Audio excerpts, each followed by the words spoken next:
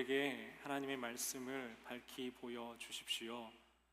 우리가 살고 우리가 나타나려고 하는 자리에 하나님의 말씀이 살고 하나님의 말씀이 우리 삶을 생명력 있게 주도해 가시길 원하오니 부족한 종의 생각은 덮어주시고 하나님의 말씀으로 이 시간을 충만하게 하여 주옵소서. 예수님의 이름으로 기도드립니다. 아멘. 네, 사랑하는 여러분의 삶에 우리 주님의 위로와 평강이 늘 함께 하시기를 간절히 바랍니다. 네, 폭풍 속의 가정이란 책에 있는 한 이야기예요. 저자인 러셀 무어라는 목사님이 이 켄터키 루이빌 지방을 지나갈 일이 있었던 것 같아요. 이제 거길 지나가다가 광고판이 하나 있었습니다. 그 광고판의 이름은 버드 라이트였습니다. 네, 이렇게 반응을 바로 하시는 분들은 벌써 의심이 가는데, 네, 버드 라이트를 이제 보고 아들이 이제 막 글을 배우기 시작한 거예요. 그때 그 아들이 묻습니다. 아빠 저건 뭐예요? 하고 물어요. 네, 아버지는 벌써부터 아들에게 이제 술에 대해서 벌써 얘기를 안 하고 싶었던 것 같아요. 그래서 저거는 사람들이 좋아하는 음료수야 라고 얘기를 하고 이제 잘 넘어갔어요. 그런데 본인이 이제 설교하는 한 교회에 그 한 무리의 어르신들이, 노인들이 아들을 둘러싸고 있는 순간이 있었다고 합니다. 그때 아들이 이렇게 이야기합니다. 우리 아버지가 제일 좋아하는 음료수가 뭔지 아세요? 버드라이트예요. 이렇게 얘기했다는 거예요. 저는 이제 목회자니까 이 장면을 보면서 우리 교회의 주일 상황에 대입을 해봤어요. 저희 진유가 친교 시간에 여러분들을 둘러싸고 저희 아빠가 제일 좋아하는 음료수는 참이슬이에요 뭐 이렇게 얘기를 한다면 여러분 그 상황에 저는 어떻게 할까? 뭐 구차하게 뭐 변명하기도 이상하잖아요. 아닌데 진짜 아니에요, 여러분. 이 저자가 이야기할 때 이 저자가 섬기는 교회가 좀 보수적이고 술을 먹는 것을 이렇게 좀 금하는 성향을 가진 교회에서 봉사하고 섬기고 있었는데 조사위원회를 열어서라도 내가 아니라는 결백을 너무너무 밝히고 싶었다라고 이 책에서 이야기를 하고 있었습니다. 사랑하는 여러분, 자녀들, 아이는 부모의 등을 보고 자란다라는 말 들어보신 적 있으세요? 네, 그렇게 책도 있고요. 실제로 그런 말들이 있어요. 자녀들은 부모가 앞에서 이렇게 면전에 대고 하는 말이 아니라 부모의 등을 보며 부모가 실제로 사는 방식과 방법 그리고 살아가는 어떤 모습을 보면서 부모를 닮아간다라고 이야기합니다. 제가 어느 날 거울을 문득 보고 깜짝 놀란 적이 있어요. 왜 놀랐을까요? 너무 잘생겨서요? 그건 아니고요. 거울 속에 제가 태어나서 처음으로 저의 모습에서 어릴 적 제가 봤던 저의 아버지의 모습이 나와 있어요. 저희 아버지가 즐겨 입으시는 그 모시 소재 이렇게 목이 없는 그런 셔츠가 있거든요. 제가 우연히 입다가 보니까 여름에 즐겨 입는 고급스럽게 말하면 린넨 소재의 모시 옷을 저희 아버지 좋아하시는데 그걸 제가 입고 있던 어느 날 저희 교회 그 화장실 거울 속에 비친 제가 아버지 모습 같더라고요. 근데 아버지의 외형적인 모습이야 당연히 닮을 수밖에 없잖아요. 그런데 시간이 지날수록 제 안에 우리 부모님이 살아오셨던 삶의 방식, 가치관, 중요하게 여기는 신앙관들이 제 안에도 흐르고 있다라는 걸 자주 발견하고 확인하곤 합니다. 오늘 본문을 보면요, 야곱의 모습이 바로 그 부모의 윗세대의 모습이 그 야곱의 세대와 그 다음 세대의 모습으로 흘러가고 영향을 미치고 있는 본문이라는 것을 알 수가 있습니다. 야곱의 부모님은 이삭과 리브가인데요. 리브가의 어떤 모습들이 특히 오늘 본문에서는 잘 드러나 있고요. 이것이 야곱의 어떤 특성과 특징을 잘 보여주는 모습인 것을 우리는 발견할 수 있어요. 자, 오늘 본문을 보면요, 야곱은 정상적이지 않은 엮이는 가정이에요. 우리가 성경 속에 나와 있는 인물들 생각하면 굉장한 믿음의 명문과 이 집안은 우리가 범접할 수 없는 성경 속에 굉장한 인물들이 나와 있을 것 같은데 실제로 성경에 특히 창세기만 봐도요, 여러분, 그 이야기는 막장 드라마가 계속 반복되고 있어요. 정상적인 순기능의 가정이 아니라 가정 역할을 제대로 하지 못해서 서로 상처를 주고받고 깨어지는 역기능의 가정의 모습들이 본문에 많이 나와 있다는 거예요.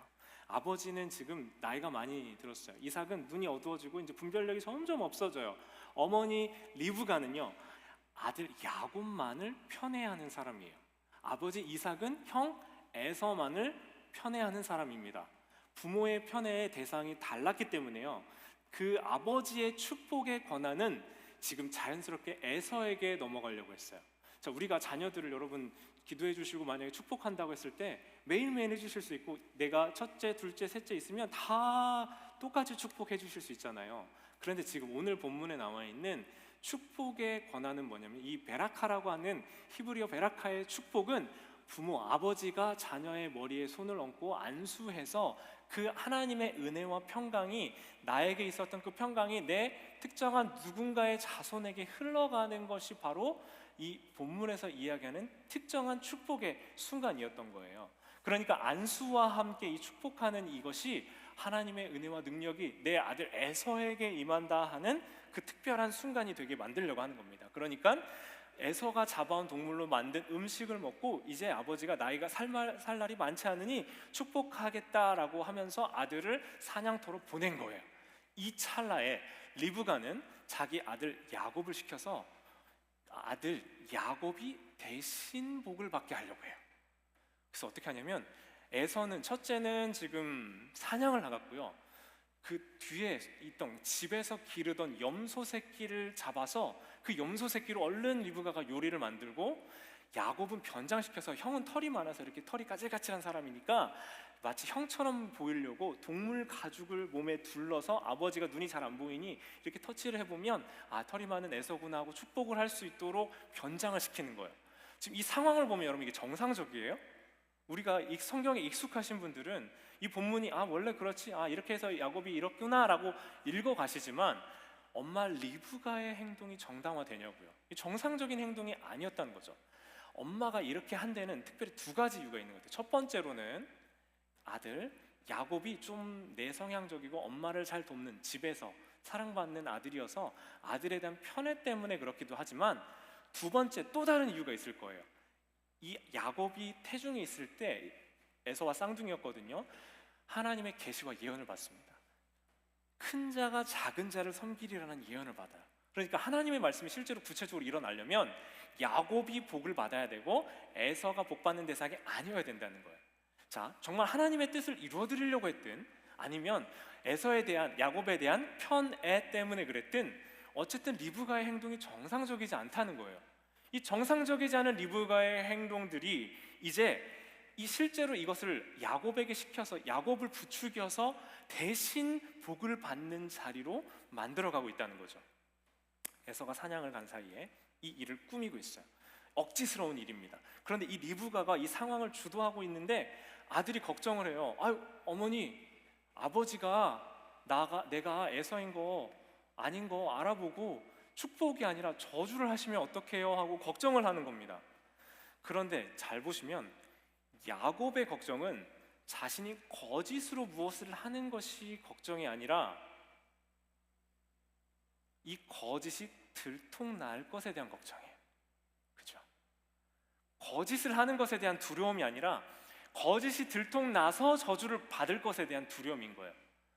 그러니까 이 일을 꾸미고 있는 어머니나 그 어머니의 말을 듣고 있는 야곱이나 똑같이 정상적인 모습과 태도가 아니라는 거예요. 아무리 좋게 포장을 해서 리브가가 하나님의 뜻이 그들에게 이루어지게 하기 위해서 야곱의 복을 받도록 해줘야지 한다고 생각을 했을지라도 하나님은 과정이 올바르지 않은 결과를 기뻐하지 않으시는 줄 믿습니다. 그러니까 이 과정이 아름다웠어야 되는데 이 과정을 아름답게 하지 않고 억지스럽게 하고 있다는 거예요. 거짓 음모를 꾸미는 것은 하나님이 기뻐하시는 방식이 아니라는 거죠. 그래서 결국 이 과정 끝에 결과가 어떻게 일어납니까? 온 가정이 산산이 다 부서져요. 온 가정이 다 뿔뿔이 흩어집니다. 야곱은 리브가의 마음에 꼭 드는 아들이었어요. 야곱의 행동을 지지하고 그에 대해서 다 옳게 평가합니다. 여러분 생각해 보시면 누군가 자식들이 좀 있어도요, 어떤 손가락을 깨물어도 안 아프다라고 하지만 특별히 더 아프고 더 소중한 손가락이 있을 거예요. 아마 혹시 있을지도 몰라요. 안 그래야 되지만 제가 아들 삼형제의 장남이거든요. 저는 어머니의 마음에 좀 드는 아들이었습니다.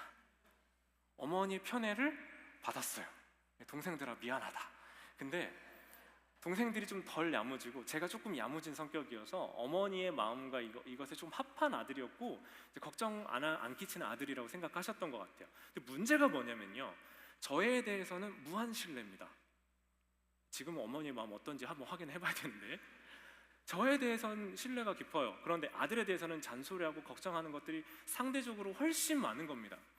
그러니까 제 마음 안에도 무슨 마음이 생기냐면 내가 하는 행동은 옳고 나는 괜찮고 나는 틀리지 않아라는 제 마음 안에, 그러면서 동생들을 조금 낮게 여기고 업신여기고 하는 마음이 제 마음 안에 있다라는 그 무서운 사실을 저도 알게 됐어요. 야곱 안에 뭐가 생겼을까? 엄마로부터 받는 편애 때문에 무슨 일이 생겼을까? 여러분, 편애가, 엄마가 아들을 사랑하는 건 잘못된 게 아닙니다. 그런데 필립 얀시라는 작가의 표현처럼요, 엄마 리브가의 적대적인 사랑이 에서를 사랑하지 않고 야곱만 사랑하고 야곱을 에서를 대적하는 적대시하는 그 사랑 때문에 그 가정 안에 상처가 더 심화되고 있었다는 거예요. 엄마의 사랑은 문제가 아니지만 에서에 대한 적대적인 그 사랑 때문에 이 문제가 더 심화되고 있는 겁니다. 야곱이란 사람이 가지고 있는 성향이 있을 거예요. 야곱이 가진 특성이 있어요. 태어날 때부터 가지고 있었던 특징이 있어요. 근데 그 특징이 엄마의 편애와 함께 점점 더 심화되는 겁니다. 점점 더 강화되는 거예요. 이 성장 과정이 분명히 부정적인 영향을 끼쳤을 거고요. 그의 연약함, 상처, 그리고 거짓이 점점 더 심화돼요. 여러분 생각해 보면 이 편애가 만들어내는 결과물이 있는데, 그건 나 중심적인, 내가 옳고 나는 맞다라는 나 중심적인 사고를 점점 더 강화시킨다는 거예요. 여러분, 한 강연에서 제가 그 힘든 상황을 털어놓는 어떤 청년의 이야기를 우연히 볼 수 있었어요. 어떤 강연 프로그램에서 자기의 힘든 상황들과 처지들을 이렇게 토로하는, 이 객석에서 마이크를 잡고 이런 이야기를 하는 자리였어요. 태엽형제 앞으로 와서 한번 체크해 보세요. 패드 가지고 태엽형제 앞으로 와서, 앞에서 울리거든요. 한 강연에서 어떤 얘기를 하냐면요, 청년의 아버지가 모든 일에 내 마음대로 다 될 수 있다, 내 마음대로 다 될 수 있다라는 걸 믿고 있었던 분이었어요. 근데 이분이 실패와 실패를 자꾸 거듭합니다. 그러니까 자꾸 실패를 하다 보니까 인생에 자꾸 어려운 경제적인 문제, 관계적인 문제, 어떤 심리적인 스스로의 문제들이 막 자기에게 오는 거예요. 그래서 실패 끝에 이제 기대할 수 있는 딱 하나, 마지막 기대가 무엇이 남았냐면 아들이 남았어요. 그 아들이 공부를 좀 잘했나 봐요, 어렸을 때부터. 그래서 아들에게 어떤 기대를 했냐면 아들이 의대를 가기를 바랬습니다. 그리고 경제적으로 넉넉하지 않으니까 시골에 있는 고등학교에 전액 장학금으로 가면서 공부를 이제 계속하게 했어요. 근데 이 아들이 정말 공부를 열심히 했는데 결과가 어떻게 됐을까요? 의대 진학에 실패했어요. 그리고 나서 아버지는 이제 내 인생은 더 이상 소망이 없다, 다 실패했다라는 마음 때문에 그때부터 더 마시던 술을 더 많이 마시기 시작해서 술독에 빠져들어가기 시작합니다. 근데 너무 건강이 안 좋으니까 아버지 건강이 너무너무 악화되던 어느 날 아들이 더 이상 볼 수가 없어서 이 아버지를 모시고 병원에 가요, 검진을 하려고. 그런데 하필 그 모시고 간 그 병원, 그날에 아버지가 간경화하고 그 뇌출혈이 동시에 와서 6일 만에 돌아가셨대요. 그러니까 이 청년의 마음이 어땠을까? 이 청년이 이제 30살이 됐거든요. 근데도 여전히 그 블러 처리가 돼 있어요. 화면에 이 청년의 얼굴은 보이지 않아요. 근데 그 인생의 무게와 고달픔과 상처가 화면을 뚫고 저에게 느껴지는 거예요. 이 청년이 내가 어떻게 살아야 될지 모르겠다, 이 아버지가 자기 때문에 죽었다라는 죄책감이 이 청년을 억누르고 있어서 이걸 어떻게 해야 될지 모르겠다라는 걸, 그 고민을 토로하고 있었던 거예요. 여러분, 아버지의 인생의 목표, 인생의 욕구가 자녀에게 그대로 투영되었을 때, 그래서 아버지의 상처가, 실패가 자녀에게 그대로 흘러가는 모습을 제가 보고 아직도 그 장면이 기억이 나요. 사랑하는 여러분, 어떤 가정의 목표가요, 자녀가 공부를 잘하고 사회적으로 성공해서 명망을 갖추거나 돈을 잘 벌거나 이름을 높이는데 그 가정의 목표가 있다면 그 가정은 결코 행복할 수 없을 것입니다. 어디까지 성공해야 행복할까요? 어디까지 완벽해야 행복하게 되는 건가요? 가정의 그 목표의 성취 여부가 가정의 목표가 돼버리면 그 가정은 가정으로서의 본래 기능을 잃어버리는 거예요. 사랑하는 여러분, 가정은 결과를 만들어내는 곳이 아니라 어떤 과정이라도 그 모든 과정들을 함께 할 수 있는 안전한 장소가 되어야 되는 줄 믿습니다. 이것이 가정의 본질적인 의미예요. 가정은 결과를 만들어내는 곳이 아니라 그 모든 과정을 함께 할 수 있는 안전한 장소여야 된다고요. 이 멋있는 말을 누가 만들었을까요? 제가 만들었어요.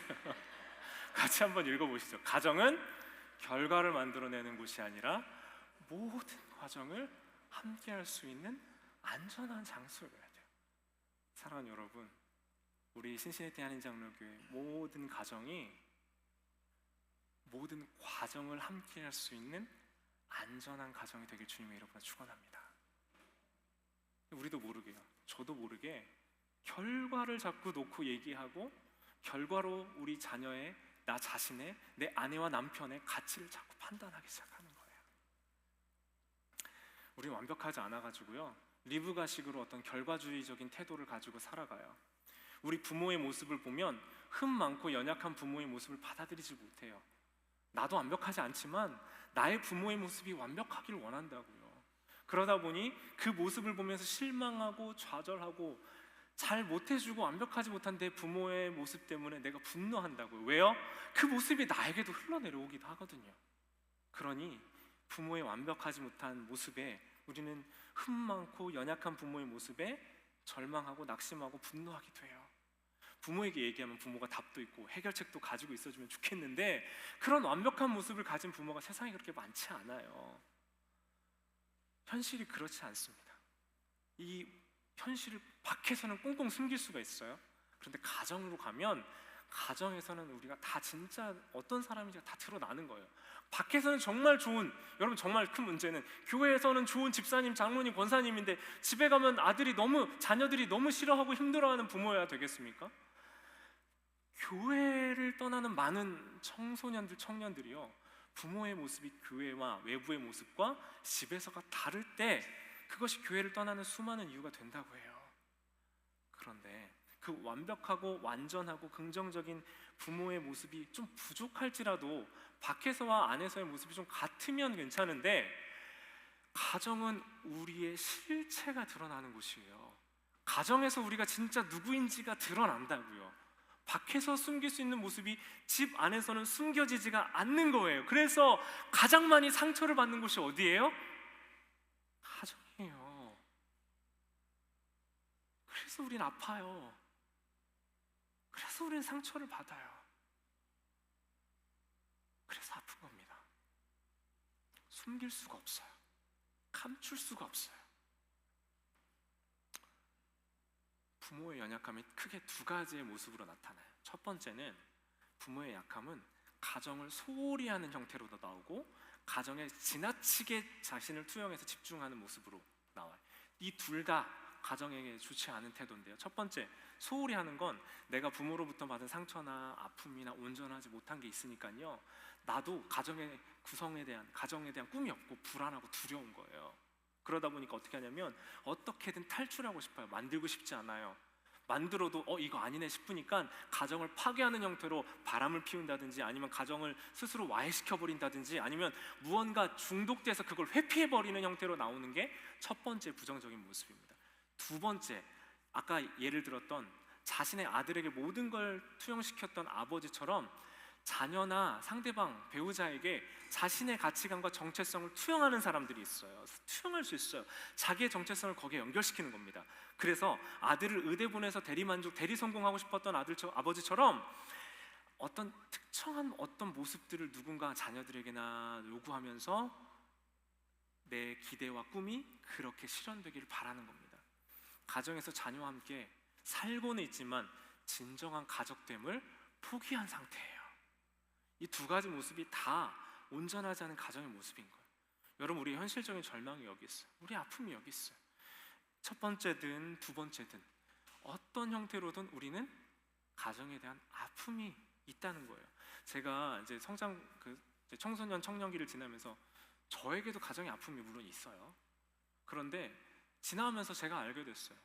누구나 아픔이 없는 가정이 없구나. 제가 조금 가까워지고 속 깊은 얘기와 마음의 깊은 곳에 있는 이야기들을 함께 나누어 보면 가정이 형태는 유지되어 있지만 깨어진 가정이 너무 많고요.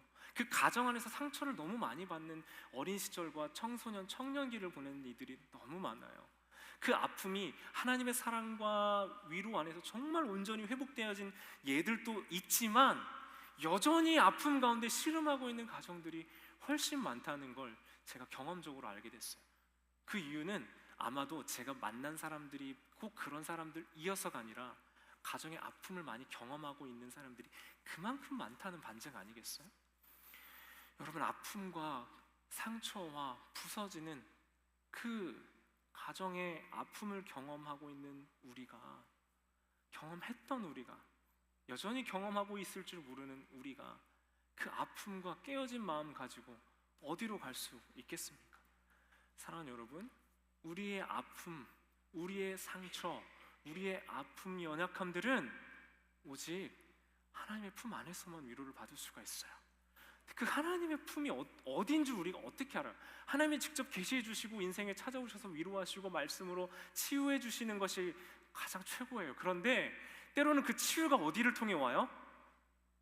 신앙 공동체를 통해 오는 것이고, 확대된 가족인 우리 교회 공동체 안에서 오는 것이고, 그 변화된 부모님의 그 변화된 삶을 통해 다음 세대 자녀들에게도 회복의 단계로 갈 수 있게 되는 거예요. 어쩌면 상처 많고 연약하고 부족한 토양에서 우리가 자랐는데, 그 부족하고 상처 많은 토양에서 자란 우리, 그 상처 많은 사람들이기 때문에 우리가 이해할 수 있게 되는 그 지점이 있어요. 내가 경험한 상처가 있어서 누군가의 상처가 보이기 시작한다고요. 상처를 입은 사람이기에 상처를 입은 치유자가 돼서 누군가의 가지고 있는 아픔과 결핍과 연약함이 보일 수 있게 된다고요. 그 아픔과 상처들이 보일 때 우리는 비로소 내가 받은 상처가 상처로 끝나지 않고 누군가를 치유하는 사랑의 도구로 쓰여지게 되는 거예요. 여러분, 야곱은 오늘 본문에 나와 있는 엄마와의 이 큰 문제와 어려움뿐만 아니라 진짜 실질적인 어려움과 문제들을 많이 가지고 있었던 집안의 사람이었어요. 그 할아버지인 아브라함은요, 자기 아내를 2번이나 누이라고 속였던 사람이고요, 자기 아들 중에서도 이스마엘과 이삭 중에서 이삭만 편애했던 사람이에요. 두 번째로 또 아버지 이삭은 자기를 사랑하지 않고 에서만 사랑했고요, 엄마 리브가의 편애만 받았어요.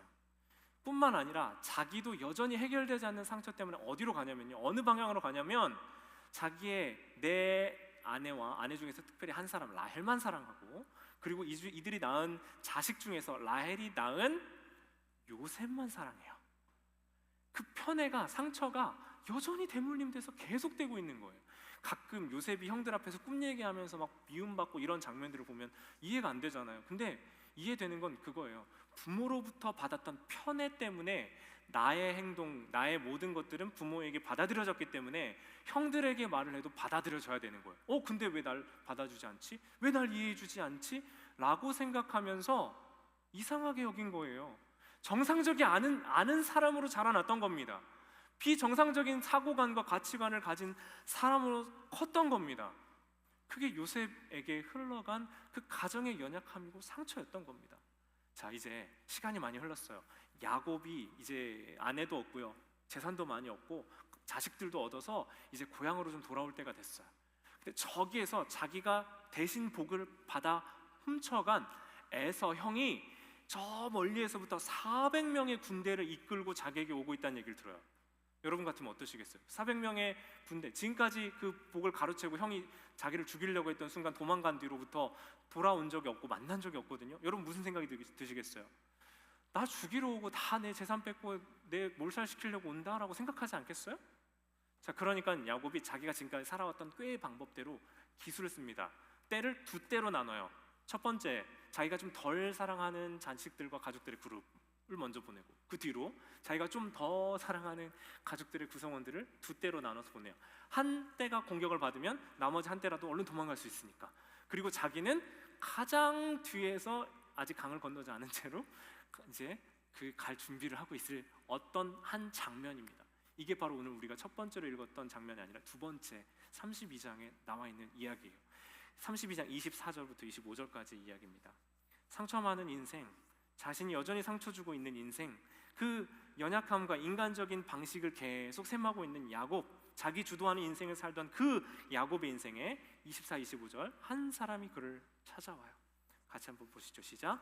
야곱은 홀로 남았더니 어떤 사람이 날이 새도록 야곱과 씨름하다가 자기가 야곱을 이기지 못함을 보고 야곱의 허벅지 관절을 치매 야곱의 허벅지 관절이 그 사람과 씨름할 때 어긋났더라. 이름 모를 이 사람이 와서 씨름을 합니다. 근데 끝까지 야곱이 씨름을 하면서 이 엄청난 이 분투 속에서 어떻게 하냐면 결국 야곱이 어떤 한 지점에서 쓰러지는데 이 사람이 허벅지 관절을 공격해서 이 환도뼈라고 하는 이 허벅지 뼈가 부러져요. 그리고 나서 이 사람이 히브리서에 보면 믿음의 사람으로 기록될 때 야곱이 지팡이 머리에 의지해 하나님을 경배했다 이렇게 표현이 있거든요. 이 사람은 평생 지팡이를 잡는 사람이 된 거예요. 이날 이 사건 이후에. 그러니까 야곱이 지팡이를 잡게 된 사건이고 그의 인생에 가장 크고 드라마틱한 변화가 일어나는 사건이고 야곱의 이름이 이스라엘로 바뀌는 장면이 바로 오늘 우리가 읽은 장면이에요. 야곱의 이름의 뜻은 발꿈치를 잡는 자, 속이는 자입니다. 그런데 이 사람이 거의 지고 끝난 상황에 계속 자기와 씨름했던 사람을 붙들고 놓아주지 않으면서 자기를 축복해주지 않으면 놓아주지 않겠다고 끝까지 붙들고 있으니까 이 어떤 사람이라고 표현되어 있는 아시죠? 하나님이 이 사람에게 축복해주면서 이제 더 이상 야곱이 아니라 이스라엘로 부를 것이다 라고 얘기합니다. 오늘 성경에 보면 28절에 보면 이렇게 표현되어 있어요.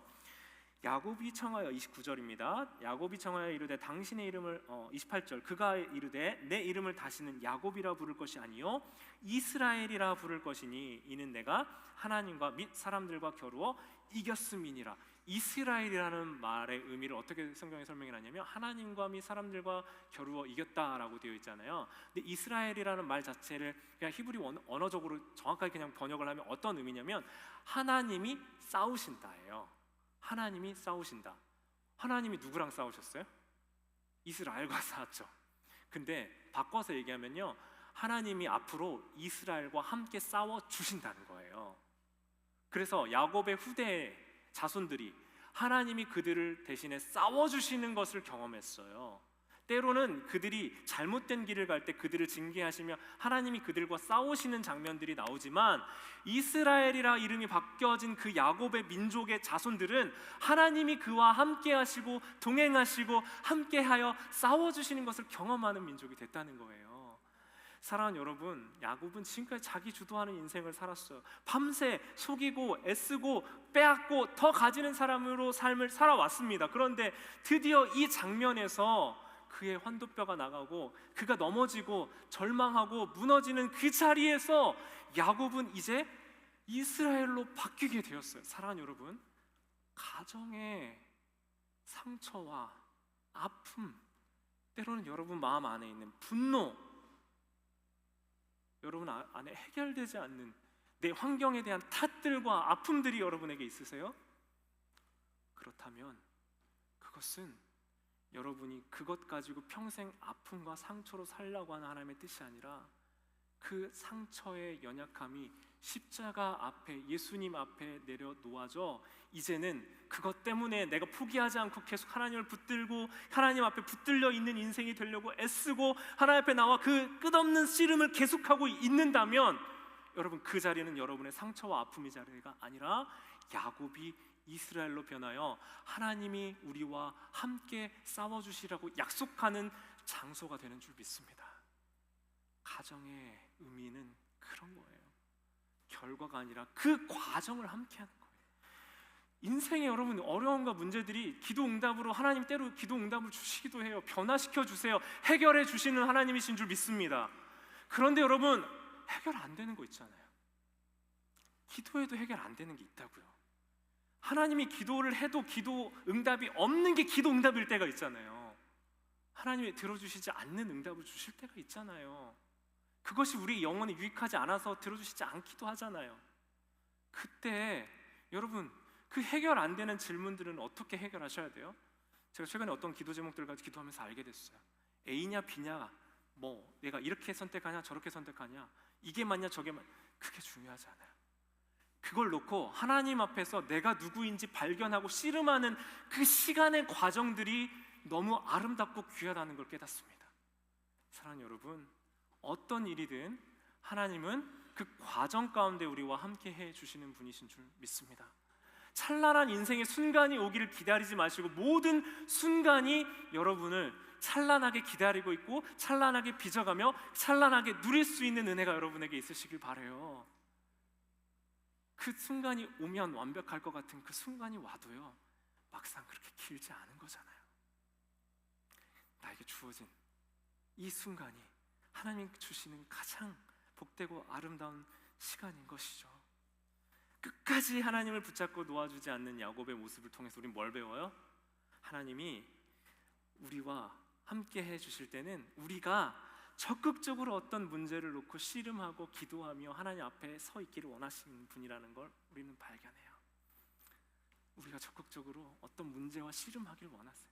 아, 몰라, 외면해, 아, 그냥 원래 그런 거지, 증오하고 포기하고 질투하고 하는 방식이 아니라 이 문제를 놓고 하나님, 내 안에 해결되지 않는 이 문제들, 내 안에 해결해야 되는 이 상황, 상처, 아픔들을 가지고 우리가 계속 하나님을 붙들고 있을 때 하나님은 우리의 삶의 자리에 계속 포기하지 않고 우리가 계속 그 싸움을 하길 원하시는 분이시며, 우리가 놓아주지 않는 한 우리를 존중하시는 그 누군가이신 하나님께서 우리와 함께 싸워주시는 줄 믿습니다. 트램폴 롱맨 3세라는 이제 구약학자가요, 이렇게 표현했어요.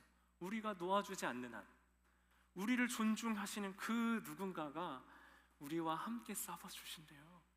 우리와 함께 하신대요. 해결해도 안 될 것 같은 기도 문제, 여러분, 우리가 기도 안 해봤어요? 기도하죠.